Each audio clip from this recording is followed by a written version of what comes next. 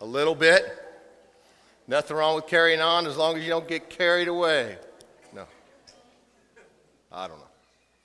Diz, on the Ed thing, I kind of feel like personal condolences to you guys. I mean, I know Ed was a great friend of yours as well. And many of us knew Ed, but the people that knew him closely lost a great friend, huh? It's all good. I got music behind me. Hey, what's with the beach theme? No? Yeah, okay. And the buses?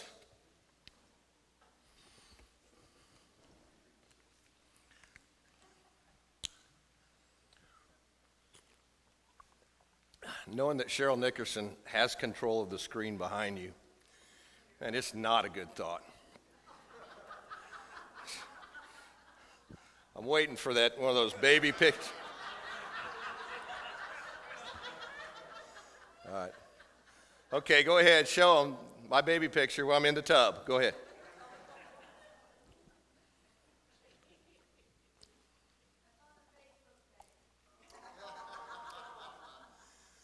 Well, it's all good, huh? So we've been kind of on the topic of friendship, and man, it's taken us in a lot of different directions. It's taken me in a lot of different directions. It's not at all what I thought. When they started the series, I thought, well, shoot, this will probably shed some light on our culture and our culture's problems out there, not knowing how to be good friends and that, and maybe we'll even pick up a few tips, for us to be a little more engaging. And I didn't think it was going to answer everything, but I know that God has just been impressing upon us the issues of community, and that community takes relationships, and He's also pressed on us that discipleship is to be taking on more of a one-on-one form. Okay, so if you let me write the church rules of engagement, one of the things I'd say is that everyone who wants to be and considers themselves part of the community should be being discipled by somebody and should be discipling a few ourselves, yourself. And that takes sort of a one-on-one relationship, right? I mean, that takes a solid one-on-one relationship. I watched Brian when he was here, what a great thing it was being able to just watch somebody that had understood and does understand gospel discipleship and being able to benefit from that one-on-one ministry myself. I consider a great blessing, and many of you got to watch him and how he did things, and what a neat thing it was to watch him handle personal relationships. And one of the things I learned was that discipleship isn't as complicated as I used to think. But discipleship was going to take more of me than I ever wanted to offer. Yeah, if I'm going to be effective in lives with other young men, and I'm going to be effective in working with those who are discipling me, I've got to get this understanding of personal relationship down. Amen? So today I want to start off, I want to recall a little bit of what we've heard. How many of you can just kind of rattle off the top of your head what Brian's first sermon was, what his second sermon was, what Kenny then came, what Mark brought, and what Rick added, and then what Tim put in? This is a test. And by the way, you didn't know it, so that qualifies it as a pop quiz, huh? But I want to talk a little bit about what they shared, and then I want to turn the table a little bit, and I want to just kind of put in a piece of my own. And then I've got something that I think might be an issue that I've never quite understood, and a scripture that I've never quite understood the way I understand it today, that may help us and may give us a little bit of a key toward a pathway toward walking into new kinds of friendships and new kinds of relationships among us here and really outside of these walls as well.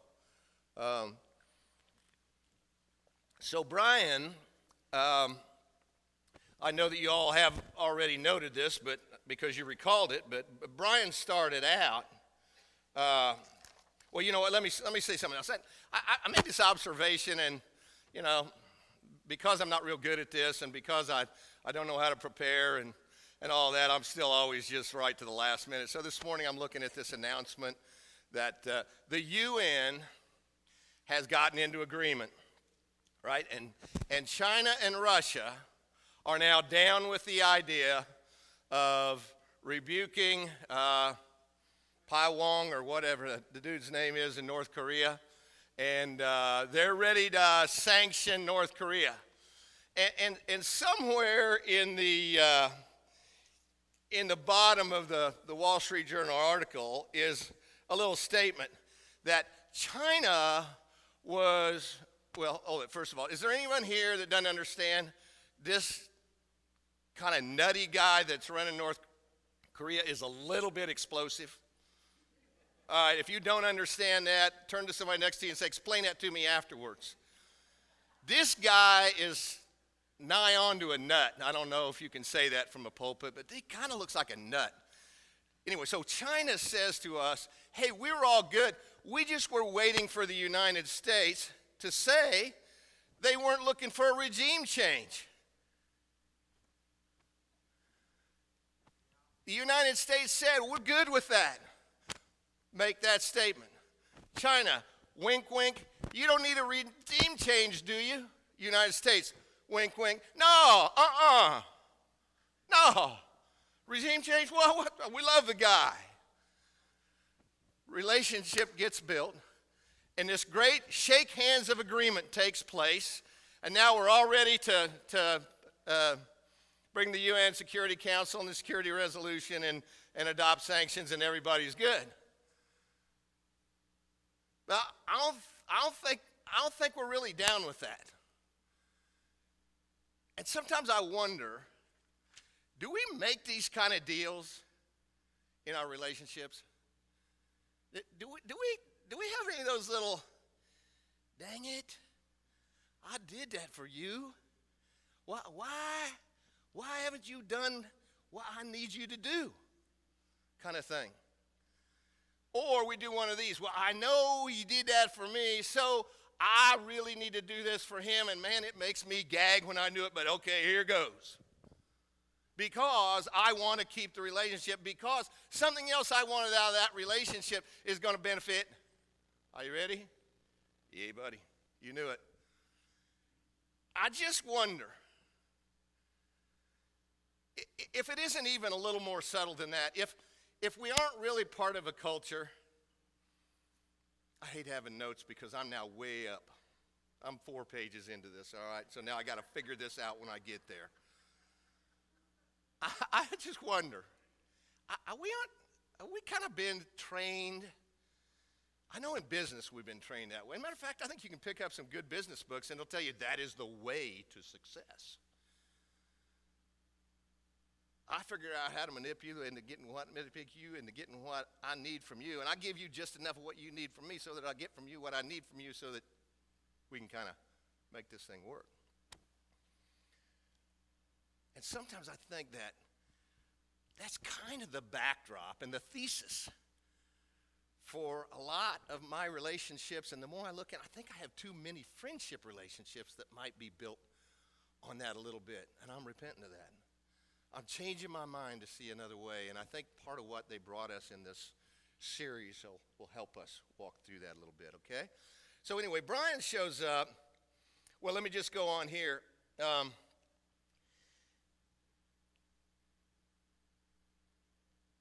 see, the church's greatest handicap is that they're not walking out something that Jesus said really ought to be a standard, and if you can, Kelly, turn to John 13. Jesus had announced to his disciples, a new commandment I give you, that you love one another. And it's like, oh, yeah, that's all good. And then he goes on to say, this is how it'll be obvious that you're my disciples, that you have love one for another. A relationship, a nature of a relationship that is so distinctive, it stands out. What the heck is that? Anyway, what I think the church, it's actually been one of the greatest handicaps in our impression that we've tried to make or wanted to make on our community and our culture and those around us. But I think because we've missed the right foundation for relationship, we still found ourselves in too many of these places where there's quarrels and there's misgivings and there's hard feelings and there's ultimate divisions, because that kind of keeps us from displaying what Jesus is kind of wanting to display. Can you see that? And I'm part of them. I've been part of them. This is not me talking to you. That's me being with you and saying, shouldn't we find a better way to relate? Jesus said that getting this relationship thing right is essential.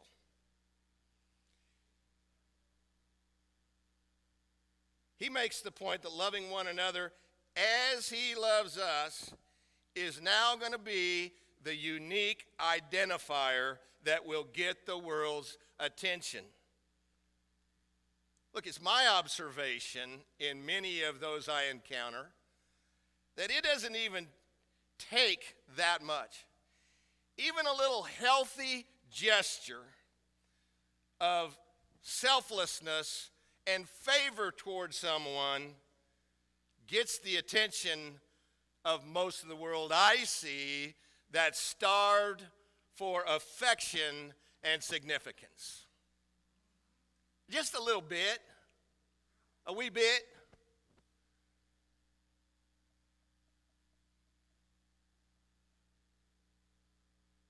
Brian brought the first of the messages, and he anchored us in a concept of friendship, if you will, that, and what I'll call gospel friendship, which may be kind of a piece of nomenclature we're picking up here because we're a little bit gospel on steroids these days, and we think everything should be gospel-flavored this and gospel-flavored that. So until they invent a gospel-flavored licorice, we're going to go with gospel-flavored friendship. How's that? He said, look, this friendship is best understood when we first look to see how God first reached. And you remember him walking us through the story of Abraham? All right. You didn't raise your hands, I won't tell, Brian, but you were probably gone that day, right? But he walked us through how God came to Abraham before Abraham had done anything to benefit God's favor. Nothing. Nothing. I enjoyed that word, Patty. That was, and Tim, your follow-up to that this morning, because that's the core. That's the core of the gospel. Before he knew him, yet when we were sinners, Christ died for us. Yeah, got some good Romans Road folks out there. Before. He demonstrated his love to us, that before. All right? God initiated and acted toward Abraham at a time Abraham had nothing, and Abraham ultimately is known by, quoted in James, quoted in Chronicles, and one or two other places in the Old Testament, known as the friend of God. A pretty good title. The second message Brian brought, he said, and he pointed out how Jesus befriended sinners. A passage not preached a lot because of the fear we've had that somehow we'll grow dirty and corrupt if we touch something that is less than our standard of holiness and righteousness, right? Admit it. I don't want to get dirty. I want to get my hands dirty. Jesus said, look, the life that I give comes first when I take it to the needy, not when the needy come to me. It's good news because you and me, we be the needy. So he said,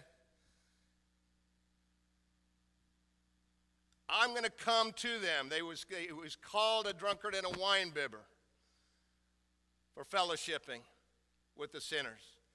A friend of sinners and tax collectors, huh? Those who said that asked that same question that we ask sometimes when we read that passage. Jesus, what's up with that? How do you get to, what? I mean, me and my buddies here, we got a lot of things we need you to do for us, and you got time to do that?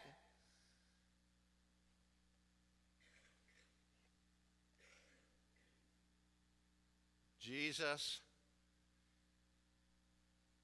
we can go further back. The Father, the Creator, first came to us.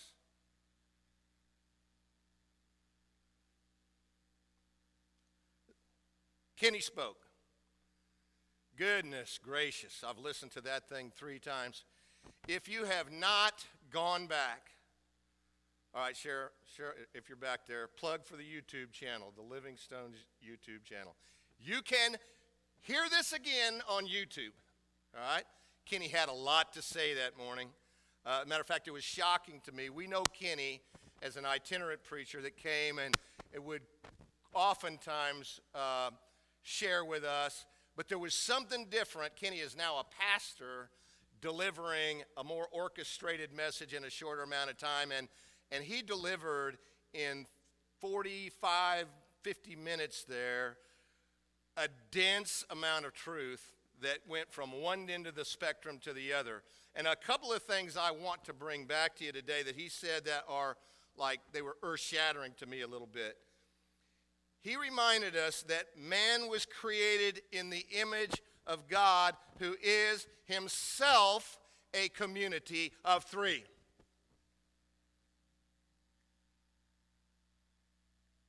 That's the image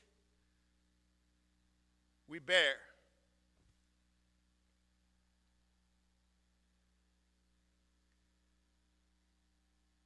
He said, in the course of creation,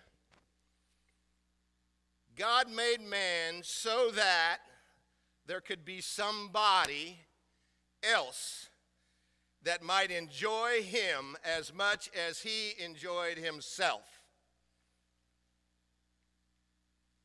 That's a rare statement, and one I'm thinking about, still thinking about. It's kind of like the first time I heard somebody say, do you know God is happy? And it was actually a new thought to me. You ever have one of those? Like, well, yeah, I mean, I knew he was lots of things, but I never thought of him as enjoying things, like delighting in himself and the Father, the Son together, and the Spirit, fellowshipping and being in the excess and abundant overflow of life, joy, and delight. That's a good place to say, woo. Yeah, that's all right.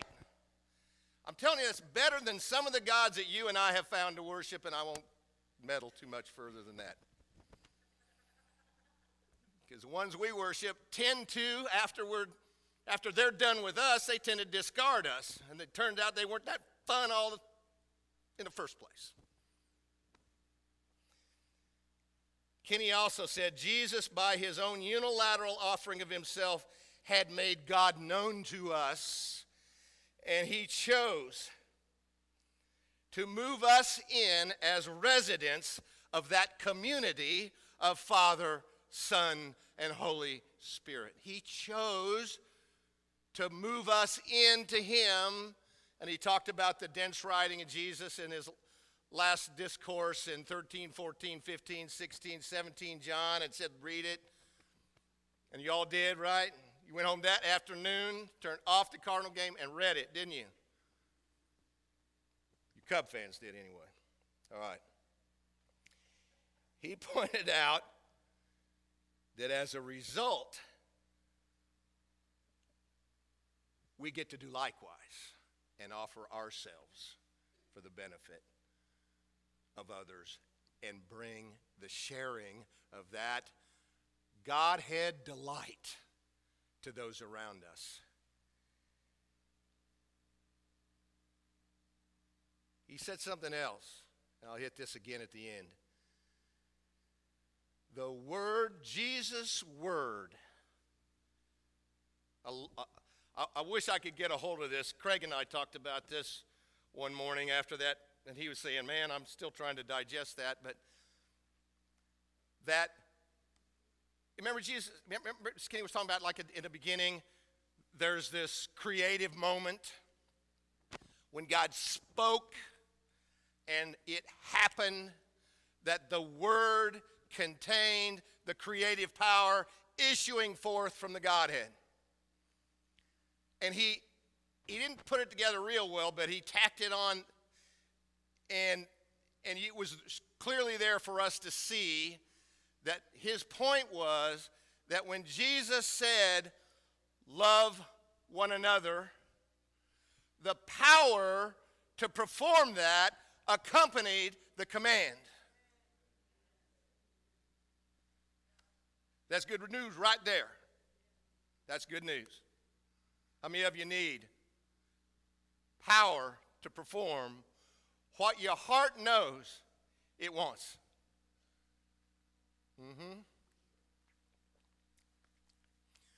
All right. Now, he said a lot. He said a lot worth repeating. I'm not going to go. But he said something that scared me to death at the end. I don't know if do you remember? Do you remember what he said at the end? I mean, this is just like, it's like, oh no, I quivered, I sweat. I thought, oh, I need some good news. What he said was this: our culture is built on the theme of personal convenience. Remember that? And then he dropped the bomb. Gospel fellowship is never, this kind of love and community is never convenient. It was a never word that I've been wrestling with. And I think I got a little remedy that for you, so hold tight. But it's quite a challenge. The thought that all my life I've pursued my personal comfort, and all of a sudden I've met up with a God, and my personal comfort is not primarily what he's after. And when I start to get to know him, guess what? It's getting to be less important all the time. All right? Mark introduced us later with the idea that the riches of the kingdom that Jesus spoke about were likely not financial riches, gold and silver. They were the riches of people and one-on-one relationships. He pointed out that God gave us the task. My voice is cracking. It's my wife's fault. She got the cold first. It's the intercessor's fault because their prayers weren't answered for me today, and no.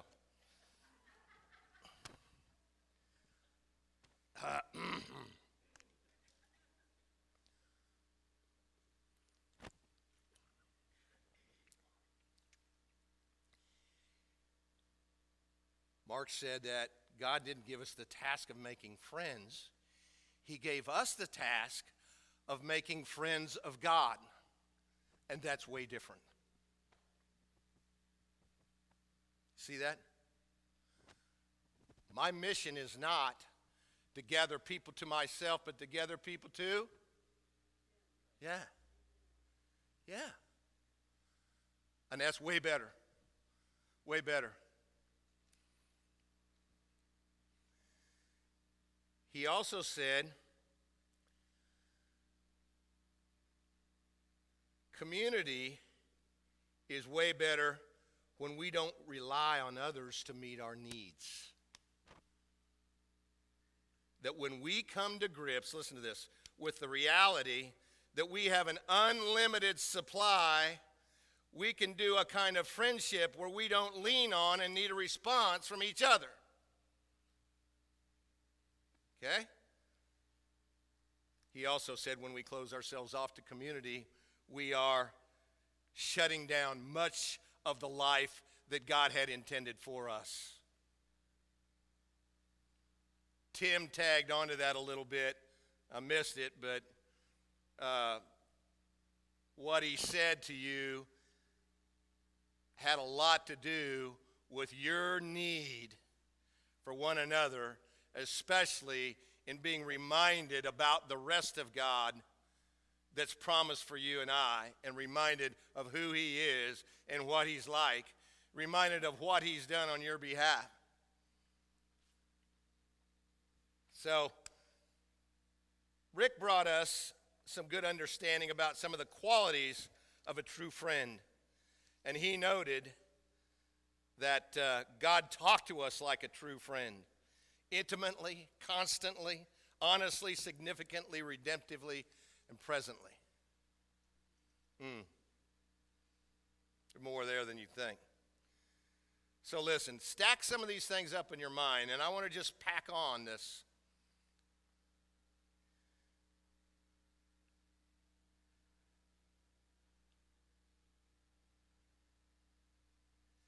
The relationship of friends, the right model for us, is not a reciprocal, I do for you, you do for me. The right relationship that we have as friends is acting selflessly toward one another to deliver the life of God, which is the abundance that we've received from, and share it with you and each other.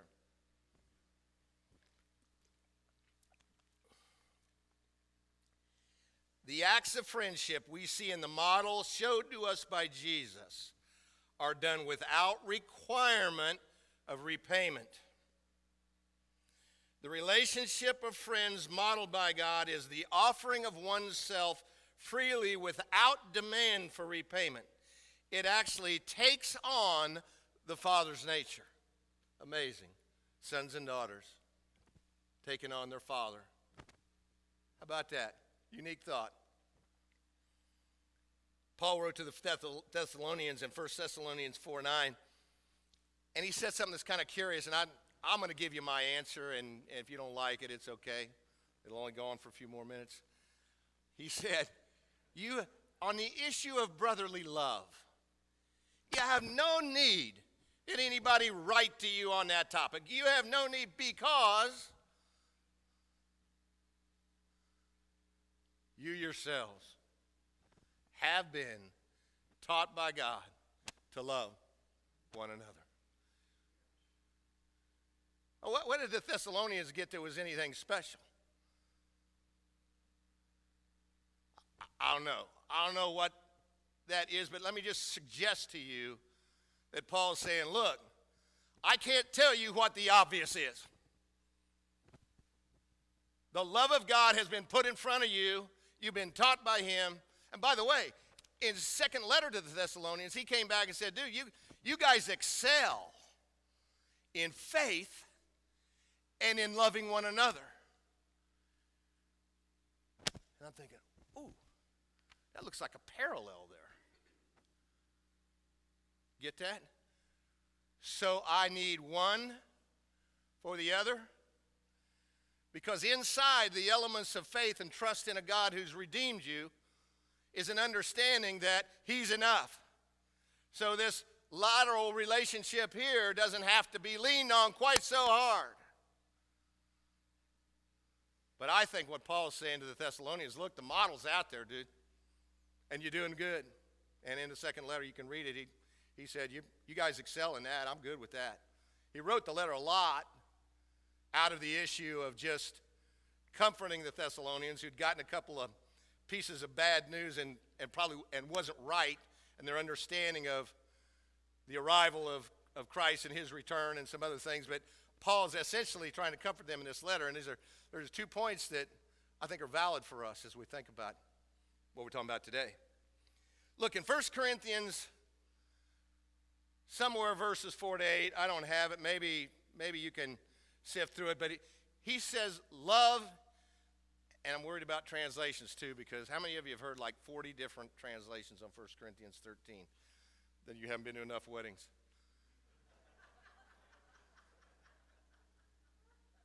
Love is not self-seeking. I mean, it's almost keen insight into the obvious. It's like, Paul, really? You have to tell us that? I guess no. I guess you didn't get on the cell phone and talk to Paul, did you? You looked at it. Oh, a rock here. Okay, right? Love is not self-seeking. It does not hold up and count wrongs that's been done against it. It's not an envy or boast. It's not arrogant or rude. It doesn't insist on its own way. That's probably the one that I've read, not self-seeking, not irritable or resentful. Doesn't rejoice at wrongdoing, rejoices in the truth, bears all things. Good. You know, the good news, you can say that at a wedding and everybody can wipe the tears from their eyes, but you and I can live it. That's even better than just hearing it and saying, man, that's great poetry, isn't it? Client of mine, and now a good friend named Dennis, it's something really striking one night. It's something that just kind of stuck in me, and I don't even know if today is really the whole outgrowth of it, but it did come back to me as I was thinking about this. He warned me that, he said, I'm not going to tolerate scorekeeping in our relationship. It's just a business associate of mine. He had taken us on an ocean cruise from Marco Island to Naples, Florida. Beautiful evening. Took us out, see the sunset, fed us, little snacks on the boat. Just one of those just remarkable nights that, you know, if I was more of a Facebooker, you probably would have seen it already. The boat probably burned $500 to $1,000, and it's a monster boat. Probably burned $500 to $1,000 worth of fuel going up there and back. His warning came to me when I was about to pick up the dinner tab. Puts his hand down. He said, look. I said, Dennis, I'd like to buy dinner. It's cheaper than the fuel. I was thinking.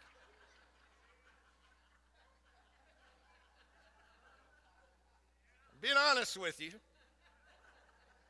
Right? He said, you don't need to do that. And before I could say I do need to do that, which is really what I was thinking, he said, look,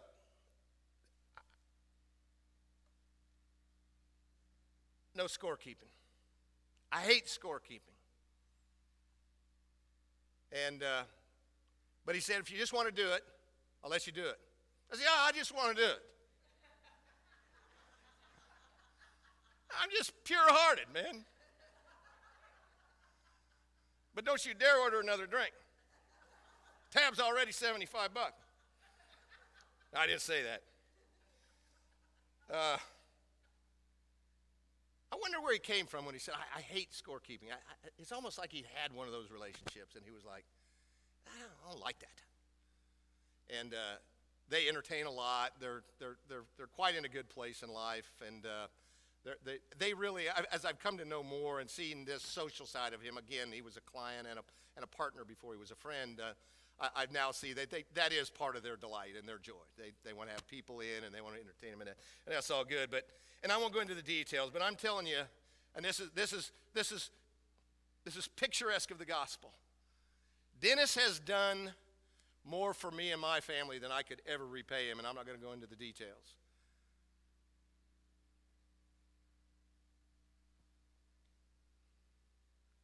Could it be a model for you and me?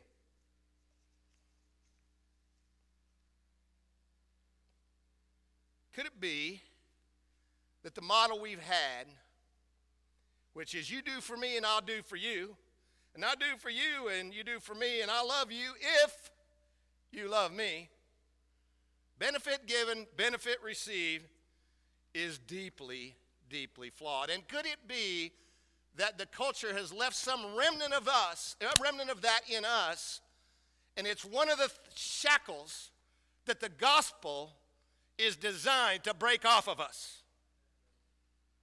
And could it be that if that happened, the world would get a chance to see the majestic, ever-giving Son mirrored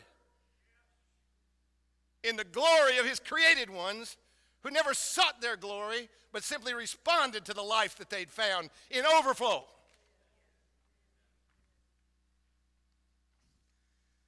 Let's just concede that the model we've been taught is a little broken. To Mark's earlier point, as we go further into seeing the face of Jesus, we will find full supply in him. That full supply, follow me, takes the pressure off what I need you to do for me, because I thought you were the one that was going to meet my needs. Whether it's just affection, or whether it's friendship, or whether it's relationships, whether it's getting things done together, whether it's wanting to feel better about myself.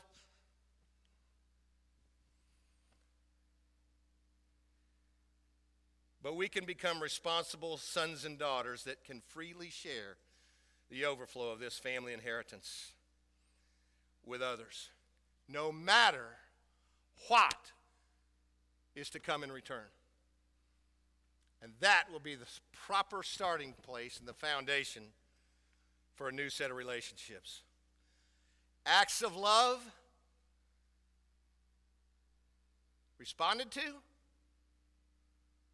What I called Susie, and I offered to pray for her, and I listened to her tell me ad nauseum about her hangnail and all the other things that were going on in her life, to the point where I was silly and from listening, and then I gutted it out and I prayed for her. Well, that sounds good. Sounds like you shared a little bit of the life of God. Well, Susie didn't call me back.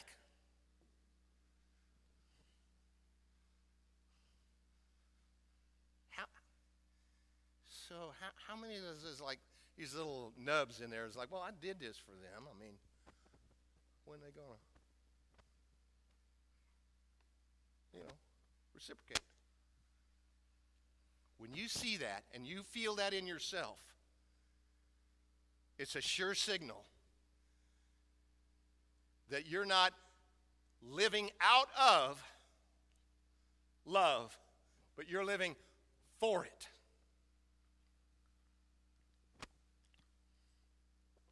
And there's a cure. The gospel of Jesus Christ. Isn't that good? All right, so how we doing? We okay? Are we blown out on time? I can't even see the clock. I don't have my glasses on. All right, well, you get some more anyway. I'm going to finish this up. Right? So now, let me just tell you something. Let's can we get 2 Corinthians 5 up there, starting about 14? Let's just look at 14, 15, and 16.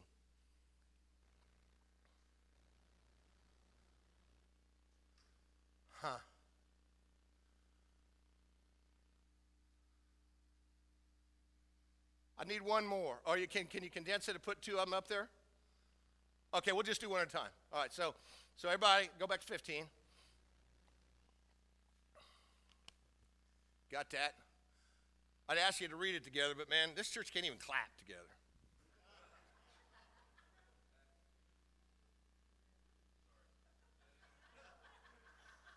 Tim and I, we finally got it though at the end, didn't we? We had to.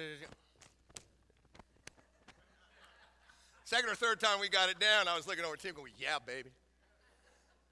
It's difficult for us. We're all too I can't say too white. Corey, where are you? We're too white. Oh, shoot. So, 16. All right, so one died for all, then I died, and then all died. Therefore, we live no longer lives for themselves, but for him who for their sake died and was raised. Now let's look at 16. From now on, therefore, we regard no one according to the flesh. Even though we once regarded Christ according to the flesh, we regard him thus no longer. I've never quite had a bead on this passage, but I think I've got one now. Here it is. In the first case, we're living life under that model of do for me, do for you. But the pathway into gospel relationships is the model of I simply do for you. And as we all embark upon that, receiving that benefit and giving out of the gratitude of what we've received, we learn to know one another a whole different way. I may no longer know you as the guy who is this or that, or the gal who is this or that. I may simply know you as one we are in common inheritance with. And I'm sharing the delight I'm receiving, and you're sharing the delight you're receiving, and all of a sudden, we get to see into people a side of them and an understanding that we never got to see before, because all this guardedness and selfishness and fear and anxiety and insecurity, there we go.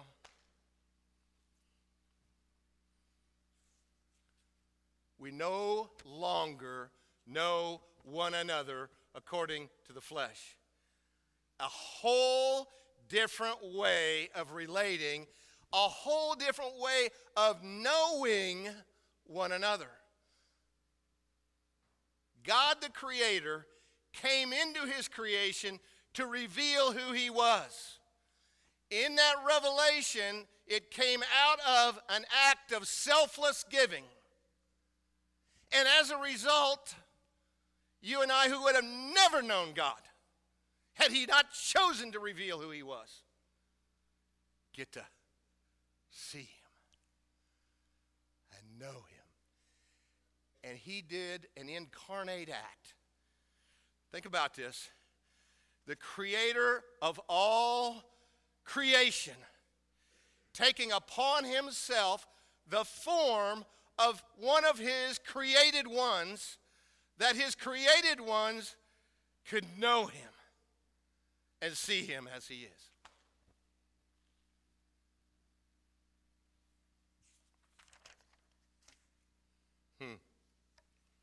Sometimes I think we see the communion table wrong. Sometimes I think we don't see it fully. There's so much in that bread of communion. But one of the things I want to ask you to think about, could I ask you to think that Jesus' provision was not for you and your personal relationship with him? No. No, Jesus didn't give you his body and his blood so that your life could be fixed. He gave you the pathway to share his life with one another. I tell you what, we're so, even, and I'm okay with it, but sometimes I'm angry with it when we make the statement, I have a personal relationship with Jesus. Let me just tell you, there's one thing we're learning here at Living Stones. And we learned some really, really hard lessons over the last 5 years. And one of them, I'll just say it as easy as I can say it, because it's a cute way of looking at it. But this game of the gospel and gospel community is a team sport. It ain't tennis, and it ain't golf. This one's a team sport. Just is. Now, back to some good news.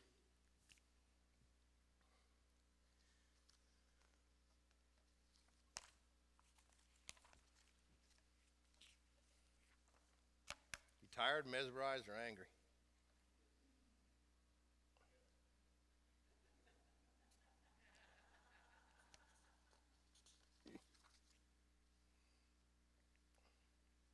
Here's the bad news. You don't have a prayer in church of walking this out in yourself. You don't have a prayer. It don't even, I tell you, if you leave here and, oh yeah, man, I'm going out and be more loving this afternoon. I'll give you about 13 seconds on that one. Until you get in the line over at the Airstone, you kind of butt up one. You don't have a prayer.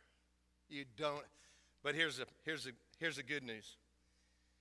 As you discover more and more about the unconditional love of the Godhead and the reality that you've been joined by Him and fully supplied,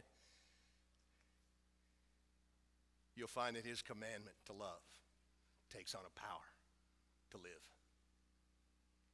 And here's the better news. It wasn't your obedience that qualified you to become His friends. It was His qualifying you to become His friends that netted your ability to obey. And it'll never be the other way around. All right.